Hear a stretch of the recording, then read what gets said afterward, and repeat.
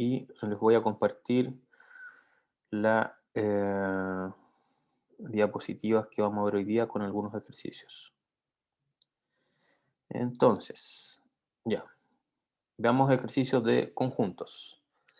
Voy a dejar abierto mi chat y aquí estamos. Entonces, dice, a partir de las restricciones listadas, demuestra o refute que se puede determinar los conjuntos A, B y C. ¿Ya? Entonces, aquí yo tengo varias cosas. Por ejemplo, yo sé que la unión entre los tres conjuntos son los números del 1 al 7. La intersección entre A y B es solamente el 2 y el 3. La diferencia simétrica entre B y C es solamente el 2, el 4, el 5 y el 7. Y, ¿cómo se llama? Sé que A menos la unión de B y C es solamente el 1. Entonces, a partir de estas restricciones, me gustaría saber si puedo o no determinar cuáles son los elementos que pertenecen a A, cuáles son los que pertenecen a B y cuáles son los que pertenecen a C. Esta pregunta está un poquito incompleta, porque para ser realmente estrictos, deberíamos haber dicho que además A, B y C son subconjuntos de los enteros, ¿ya? Y enteros positivos, probablemente. Pero asumiendo que son subconjuntos de enteros positivos, la idea es determinar si se pueden conocer cuáles son los elementos que pertenecen a cada uno de los conjuntos por separado. Entonces, ahora yo voy a pausar la grabación para que no se aburran cuando luego vean el video y los voy a dejar entonces así unos minutos para que ustedes intenten resolver. Y así van a ir surgiendo preguntas, sin duda. Entonces, vamos a pausar la grabación. Ok. Bueno, aquí está, esto lo pueden leer ustedes, que ya lo estaba explicando de a poquito. Sabemos sobre ahí estaba la diferencia asimétrica, ¿cierto? Y dado la diferencia asimétrica, sabemos que estos elementos tienen que estar en B o en C, pero no en ambos. Y de ahí podemos establecer dónde estaría el 2, porque además el 2 está en la intersección entre A y B. Y las demás restricciones no nos permiten conocer a qué conjunto pertenecen los elementos 4, 5 y 7. Ya no tengo ninguna información sobre dónde va a quedar el 4, el 5 y el 7. Entonces, a partir de solamente esta información que tengo acá, yo ya no voy a poder establecer eh, qué elementos contiene cada uno de los conjuntos. Pero además hay algo que es mucho más evidente, que era justamente lo que les estaba comentando, que por ejemplo el elemento 6, ¿cierto? Yo sé que el elemento 6 tiene que estar en al menos uno de los conjuntos, pero si vemos las restricciones que están acá, en ningún momento se asocia dónde podría estar el 6.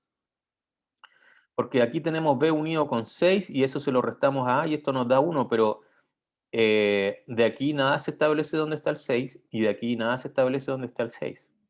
Entonces, por eso, como bien lo estaban intentando ver ustedes primero, ver el diagrama de Venn, que yo les pedí a ver si a partir del diagrama de Venn podían resolver esto, nos damos cuenta que podemos determinar algunos numeritos, ¿ya? Por ejemplo, dónde está el 1, dónde está el 2 y el 3, ¿cierto? Sabemos que el 1 tiene que estar en A, por lo menos tiene que estar en A, ¿ya? Pero el,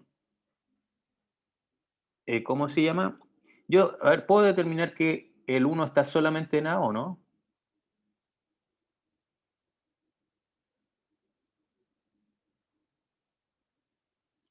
¿Por qué puedo saber que el 1 está solamente en A?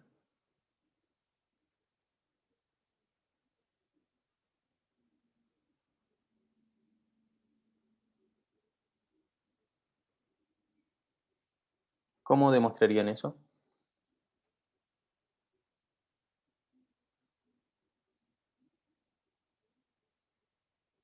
Porque si le sacamos el conjunto B y C, complemento, y se lo restamos a A, queda nomás el 1. Ok, ok, perfecto. Entonces, fíjense que estamos hablando aquí de que estamos analizando tres conjuntos, ¿cierto? Eh, y a le estoy restando la unión de los dos anteriores. ¿sí? Por lo tanto, me queda que la única opción es que el uno solamente debe pertenecer a A dentro de estos tres conjuntos, ¿cierto? Porque si el universo tiene otro conjunto D que nosotros no estamos analizando, quizás ese también contenga al uno, pero eso no es parte del problema. Entonces podríamos determinar efectivamente dónde está el uno, dónde está el 2, dónde está el 3. Pero el número 4 ya, eso es lo que se está estableciendo aquí. El 4, el 5 y el 7 no tengo más restricciones para saber en dónde quedarían. Yo sé que o bien están en B o bien están en C, pero no en ambos, ¿sí? Por lo tanto, es ahí donde ya tengo una restricción un poquito más fuerte y no podría ya determinar entonces cómo son los conjuntos A, B y C. Y por último, volver a recalcar que, por ejemplo, no hay ninguna restricción sobre el elemento 6, así que se podría estar realmente en cualquier lado. Y ya con eso ya es, no puedo determinar dónde estaría, o sea, qué elementos contiene cada uno de los conjuntos. ¿Sí? ¿Se entendió? ¿Fácil? De hecho, aquí quizás lo que es un poquito más difícil es darse cuenta de si esto es verdadero o no, porque si es que ustedes, fíjense que la pregunta dice, demuestre o refute. Por lo tanto, ustedes no saben si esto tiene solución o no tiene solución. A eso se refiere esa frase, demuestre o refute. Entonces, por eso es bueno primero buscar cualquier mecanismo, cualquier pista que a ustedes les haga determinar de si tienen que ir por el camino de demostrar que esto está bien o por el camino de decir esto no se puede cumplir porque al menos hay algo que no sé, ¿ya? Entonces es bueno, aunque la solución, como les dije, si están trabajando con problemas de conjunto, si la solución, ¿cómo se llama? Dice, perdón, si la pregunta dice que no pueden utilizar diagramas de Venn, igual ustedes lo pueden dibujar para ver si esto va a ser verdadero o falso. Y cuando ya saben que es verdadero o cuando ya saben que es falso, tienen mucha más información para saber cómo enfrentar el problema. Em, a ver, Alex dice que el 6 sí se puede determinar, ok, ya que según C, el 6 es compartido por el B y el C.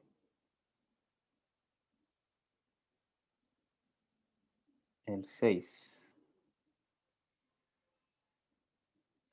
Y el 6 no puede estar en A. A ver, no, no podría estar en A. Y el 6.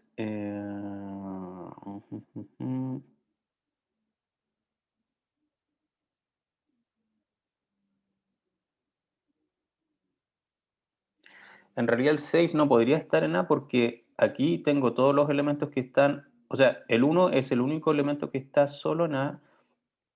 Eh, ¿Y qué pasa si el 6 está en A intersectado con C?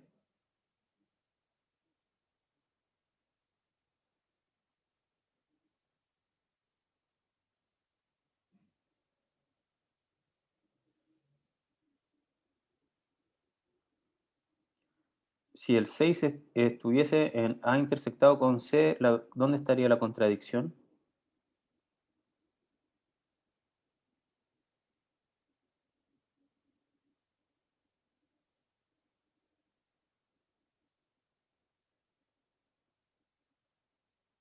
Aquí, entonces, claro, el 6 debería estar acá, claro.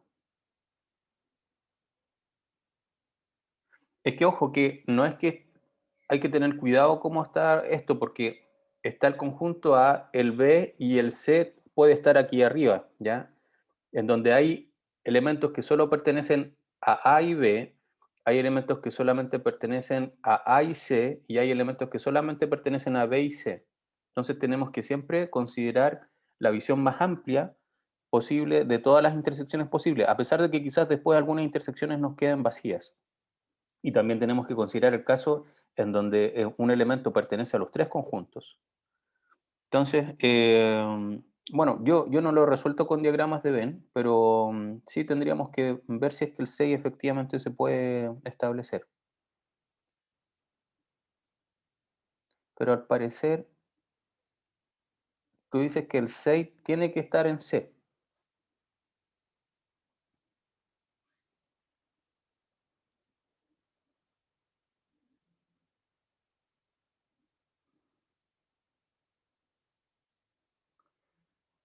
El 6 está en el grupo B y el grupo C. Claro, o sea, podemos saber que el 6 no está exclusivamente en A. Podría estar en la intersección hasta ese momento entre A y alguien más.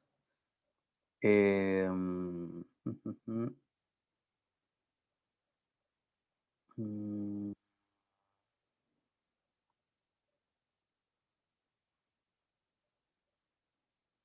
ups.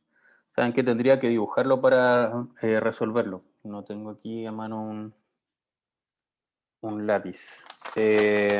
A ver, pero eh, hagamos lo siguiente. Para no quedarnos pegados en esto, yo les voy a pasar el siguiente problema y mientras ustedes lo resuelven, yo voy a hacer el diagrama de Venn y les voy a explicar después si es que se puede determinar el 6. Ok, sigamos. Muestre que entonces A cruz B menos C, esa C que está arriba es el complemento, que es lo mismo que la rayita, que también es lo mismo que la negación y todo ese tipo de cosas, son equivalentes, es igual a A cruz B intersectado con A cruz C. Aquí, ojo que el ejercicio es distinto. Aquí dice, muestre que. Así que esto es verdadero, ¿ya? Entonces ustedes tienen que buscar la forma de determinar que esto es verdadero. Que desde aquí yo puedo llegar acá o desde acá yo puedo llegar aquí, ¿sí? Entonces voy a volver a pausar la grabación y mientras ustedes resuelven eso, yo voy a... Y vayamos viendo entonces la solución a este problema. Vamos a utilizar entonces definición de conjuntos y leyes de identidad para establecer lo siguiente. Primero que nada, A cruz, este conjunto que se genera a partir de a B restarle el complemento de C, podemos establecer que estas van a ser un conjunto de todas las tuplas A, B, donde el primer elemento debe pertenecer al conjunto A y el segundo elemento debe pertenecer a el segundo conjunto, que es el resultado de B menos C complemento. ¿Sí? Luego, podemos aquí establecer entonces que si B pertenece a B menos C complemento, en realidad B pertenece a B intersectado con el conjunto C. ¿Eso lo ven fácil?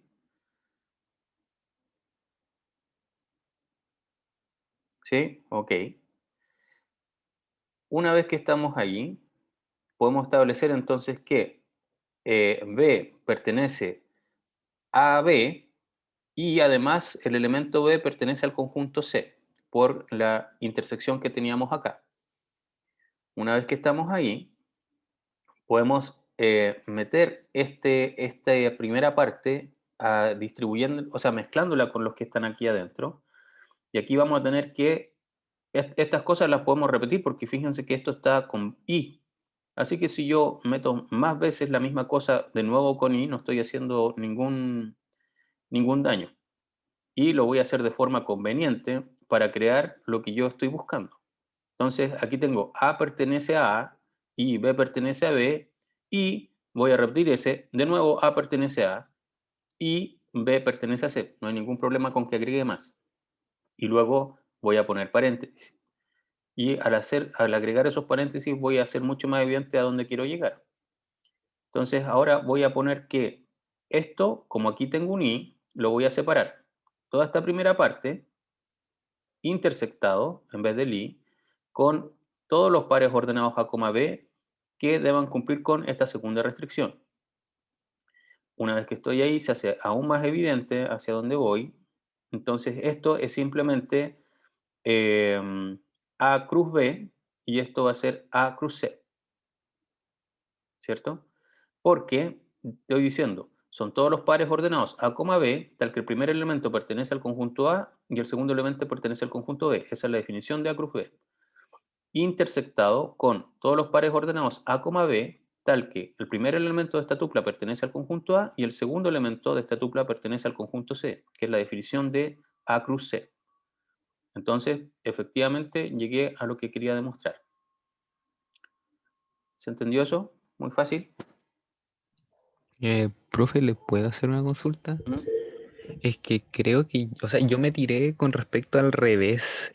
Yo como igualé, puse el mismo de muestre que AX, etcétera, pero en cambio en el otro lado, en el AXB intersectado con AXC, ¿Mm? lo hice como con temas de regla para que terminara AXB intersectado C y después el intersectado C lo convertí en menos C complemento C elevado y me dio lo Ok. mismo. O sea, en el fondo tú partiste con esta parte de la igualdad y llegaste a decir que esto que está aquí es igual a eso que está allá. Sí, ¿Eso? sí. Ya, sí, está bien. Lo puedes, mira, como tú quieres demostrar que dos cosas son iguales, la igualdad es conmutativa. Eso quiere decir que puedes demostrar que esto, a través de pasos lógicos, te concluyen esto, o bien puedes demostrar que esto, a través de pasos lógicos, te concluyen lo que está al lado izquierdo. Así que puedes hacerlo Eh, de ambas formas. Igualmente estaría bien con respecto a eso de asociabilidad con respecto al producto cartesiano de que como está en A y en B se puede sacar afuera para que quede B interceptado C. Esa es como mi duda mayor. Si es que está en A y en B, y eso no te lo entendí muy bien. Eh, Déjeme ver, ¿puedo dibujar cierto? Sí. ¿Que puedo dibujar cierto? ¿Mm? Que Ya, es esto quede así.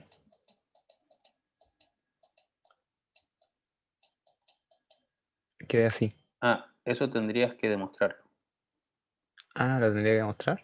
Sí, Dale, esa era mi mayor duda. Gracias. ok. Pero no es una demostración difícil en todo caso.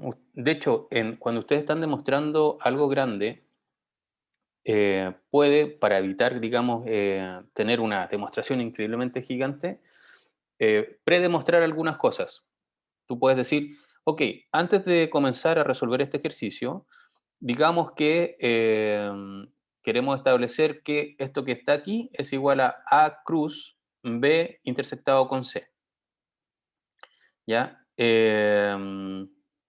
Lo puedes demostrar siguiendo pasos y luego ese paso, según dice, según la demostración uno, entonces ahora lo puedo utilizar en mi gran demostración y de ahí continúo. La ley distributiva, no recuerdo en este momento si está en la tablita, pero miren, si está en la tablita, sí lo pueden usar, ¿ya? Todo lo que esté en las tablitas que están en las diapositivas, pueden llegar y decir, estoy aplicando las leyes que ya están establecidas. Ok, entonces les prometí hablar sobre el ejercicio anterior, en donde sí podemos determinar el número 6. A ver, ¿cómo se los explico? Porque, a ver, déjenme ver, veamos si aquí tenemos espacio para dibujar. Sí, déjenme ver. Ojalá que mi dibujo sea decente. Ok,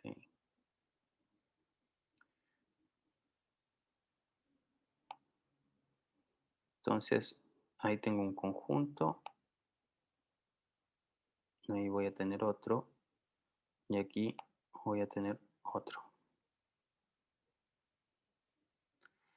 Lo primero que podemos establecer es el uno, es súper simple, dado esto, dado que los números del uno al 7 tienen que estar en alguno de estos espacios y sé que A restándole B unido C me queda solamente el uno, entonces el uno debe estar acá. Ese es fácil. ¿Qué pasa con el 2 y el 3? El 2 y el 3 podrían estar tanto aquí como acá, ¿ya? Pero si tomamos la restricción C, ¿ya? Dice que el 2, ¿cómo se llama? Diferencia simétrica con C. El 2 está en la diferencia simétrica con C y yo sé que el 2 tiene que estar dentro de B, por esta restricción, ¿cierto? Así que la única opción es que el 2 ya no puede estar acá. Porque el 2 no puede pertenecer a la intersección. Ah, perdón, y bueno, se me olvidó decirles que este es A, este va a ser B, O, y este va a ser C. Entonces, el 2 tiene que estar aquí. Uh, qué horrible mi 2. Y el 3, ¿podría estar acá?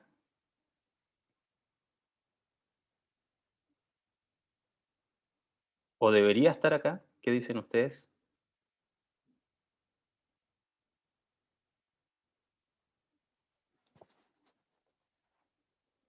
El 3 debería estar acá. ¿Por qué? Porque el 3 tiene que estar dentro de B, pero si el 3 yo lo pusiera acá, ¿cierto? Entonces debería estar en B diferencia simétrica C, porque es un elemento que está en B y no en C, ¿cierto? Así que el 3 debería estar aquí, ¿estamos de acuerdo?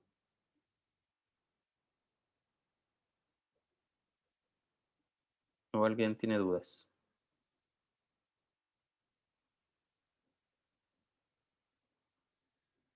El 3 no está aquí, ¿cierto? Si no está aquí, pero además yo sé que el 3 pertenece a B, entonces la única opción para que el 3 no esté aquí es porque tiene que estar en la intersección de B y C. Y ahora veamos qué pasa con el elemento 6. El elemento 6, ¿cierto? ¿Qué pasaría si el elemento 6 estuviese... Bueno, primero que nada, el elemento 6 no puede estar en esta parte de que es solamente A. ¿Estamos de acuerdo? Porque si no estaría anotado aquí. Por otro lado, si el elemento 6 estuviese acá, ¿ya? Si el elemento 6 estuviese acá, eso significa que estaría en C y no en B, por lo tanto también debería aparecer aquí. Si el elemento 6 estuviese aquí, entonces también debería aparecer en la diferencia simétrica. Si el elemento 6 estuviese aquí, entonces también debería aparecer en la diferencia simétrica. Y si estuviese aquí, también debería aparecer en la diferencia simétrica. Entonces la única opción es que el 6 esté acá.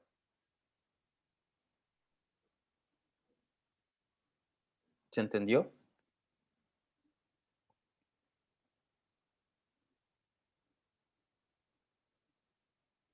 ¿Todo bien? Y la demostración, entonces, para decir que el resto de los elementos no se puede determinar, es porque el 4, el 5 y el 7 podrían estar bien aquí o bien acá, pero no sé dónde, y podrían estar distribuidos de cualquier forma entre estas dos secciones de conjuntos, de subconjuntos, perdón. ¿Ya? Y por eso no se puede determinar. Pero estos elementos sí. Y recordemos que el 3 tiene que quedar aquí porque si yo lo anotase acá, si yo anotase aquí el 3, fíjense que el 3 estaría en B y no en C, por ende debería estar anotado también acá. Por eso el 3 no lo puedo dejar aquí. ¿Todo bien? ¿Ahora sí? Perfecto. Continuamos entonces. Em, Vamos a la siguiente. Oh, tengo que borrar todo esto. Borrar. Ya, sigamos.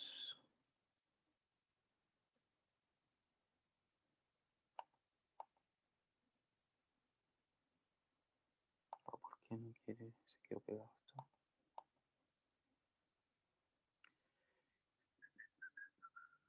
A ver, reanudamos la grabación. Dice, pruebe que X, que X pertenezca a todo eso que está ahí, es equivalente a la expresión a que X pertenece. Este símbolo que está aquí es lo mismo que la resta, ¿ya? Es decir, que pertenece a A y no pertenece a B unido C, intersectado con que pertenece a B y no pertenece a unido C, intersectado con que pertenece a C y no pertenece a A unido B. Entonces, nuevamente, pausa la grabación e intenten resolverlo. Entonces, este ejercicio, vamos a ver más rápido la solución. Fíjense que aquí simplemente estamos desarrollando con propiedades A menos B unido C, quiere decir todos los elementos que están en A y no están en esto. Pero entonces yo podría poner que están en el complemento de todo eso. Por eso intersección. Entonces son los que están en A y no están en B unido C, y que no estén en B unido C es equivalente a que estén en B unido C complemento. Lo mismo para la segunda parte y tercera parte, que son equivalentes, pero solamente cambiamos las letras. Luego, lo que podemos hacer es eliminar estos paréntesis, porque si se dan cuenta, estoy intersectando muchos conjuntos. Y los conjuntos donde no estoy intersectando, eso los tengo que dejar así. Pero puedo desarrollar el complemento, que sería lo mismo a poner la rayita aquí arriba. Entonces, el complemento de B unido C, ¿cierto? Si lo desarrollamos, sería B complemento intersectado con C complemento. Y además aquí reorganicé un poquito las letras para poner primero ese que está allá, luego el C y luego el A. Y finalmente, aquí, si estoy intersectando B con B complemento intersectado con C complemento, eso yo puedo decir inmediatamente que es vacío. ¿Por qué?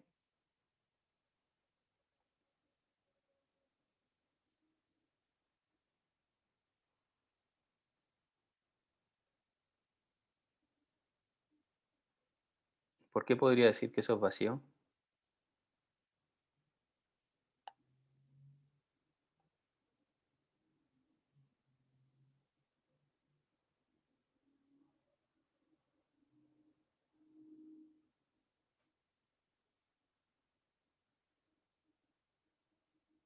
Porque está intersectando lo que no es parte de ese conjunto. Ok, fíjense que aquí estos paréntesis los pueden engañar, ¿ya?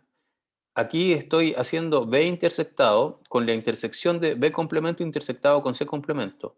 Pero yo puedo sacar estos paréntesis porque en realidad son la intersección de tres conjuntos nomás.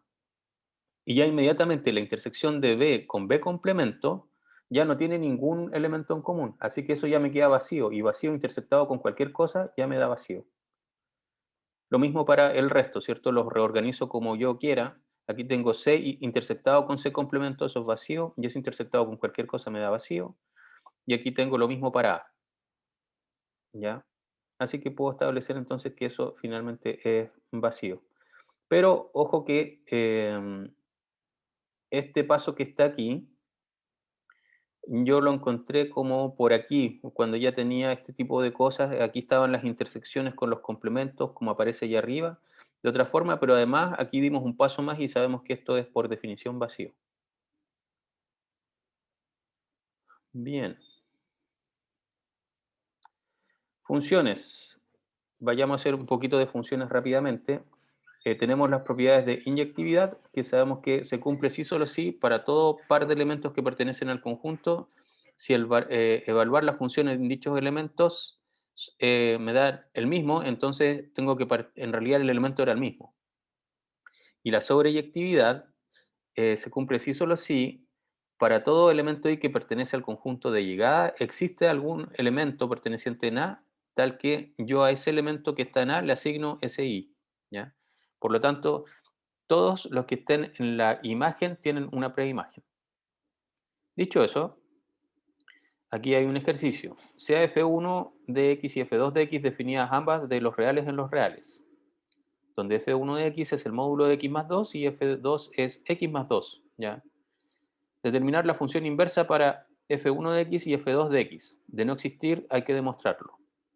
Entonces, demos unos minutitos, 5 minutitos para ver si pueden resolver esto.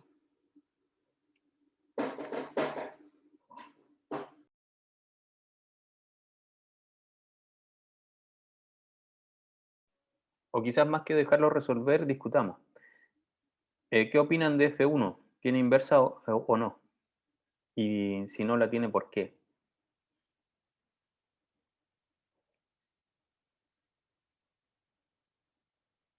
No, ok. ¿Por qué?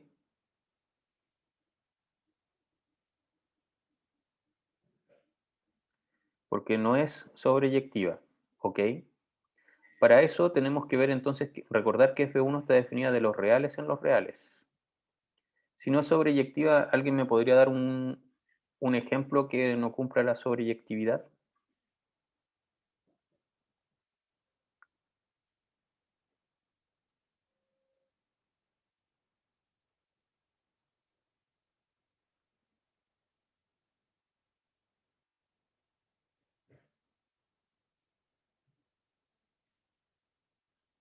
F1 de X es igual a 4, ¿ya? Entonces, cuando yo estoy determinando sobreyectividad, quiero ver si es que existe un elemento X al cual yo le puedo asignar el 4, ¿cierto? ¿Y ese existe o no existe?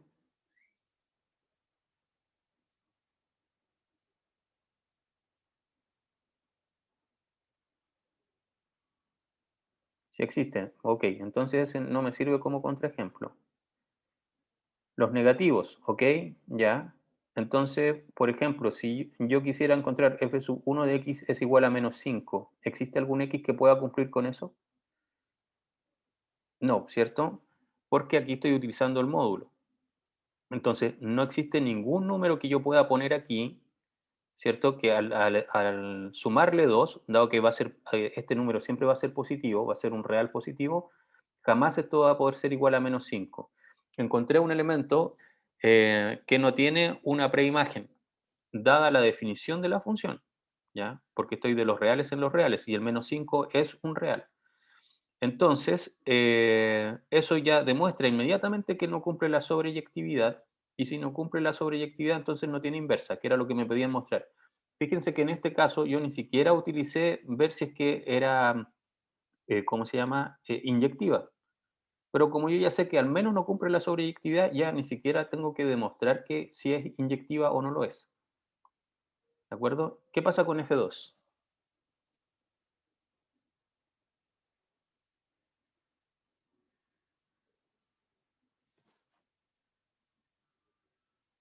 ¿Tiene inversa? ¿No tiene inversa?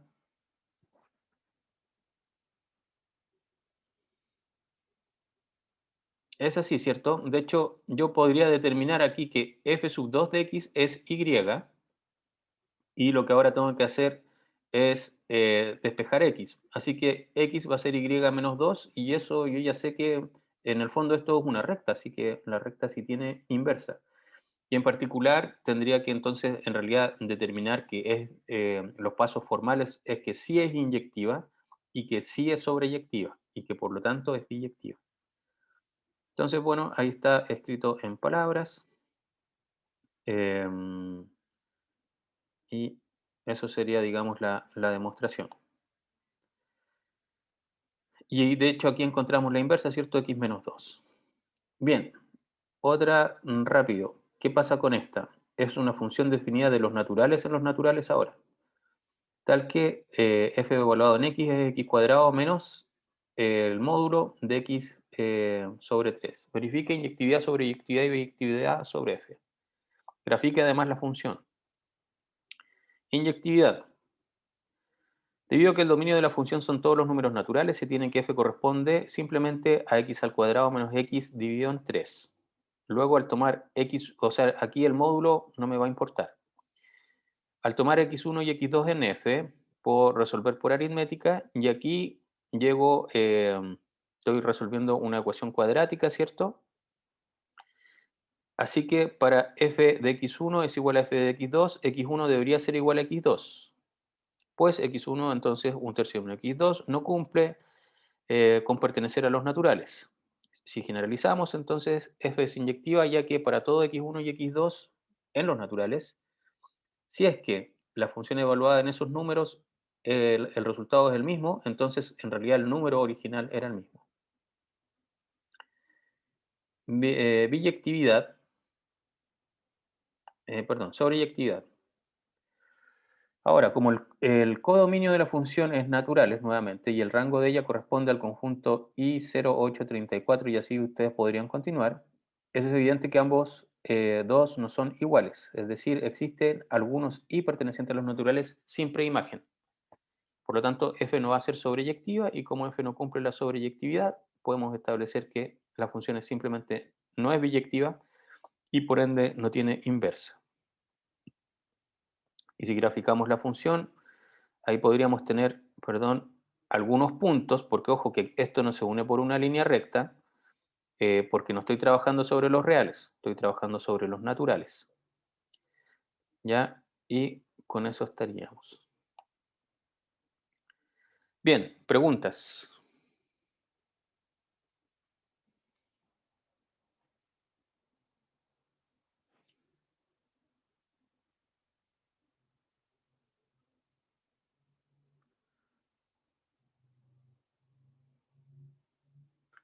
No, en la pregunta de mañana entra hasta técnicas de demostración. Eh, y los ejercicios que vimos hoy día sobre conjuntos y sobre funciones es la evaluación que van a tener la próxima semana.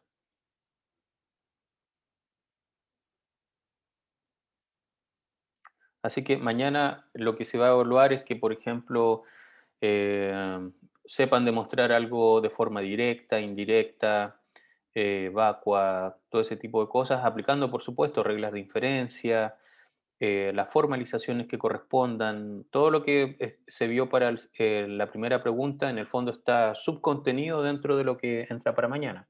Es necesario, por supuesto, dominar toda esa parte para poder aplicar una técnica de demostración.